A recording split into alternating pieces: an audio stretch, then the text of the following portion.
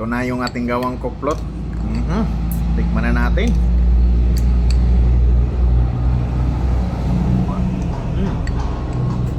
Parang lasa lang sa McDonald's saka sa Jollibee.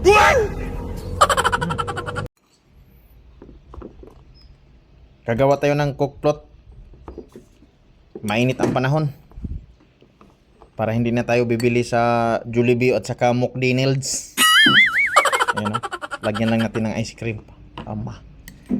Tapos lagyan natin ng cola-cola. Para magkaroon tayo ng Coke float. Ayan na siya oh. Wow, Coke float.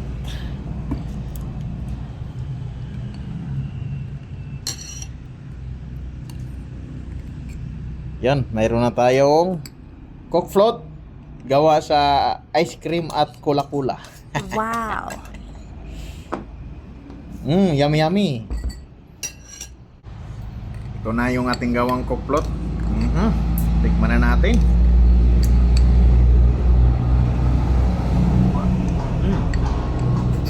Parang lasa lang sa McDonald's saka sa Jollibee.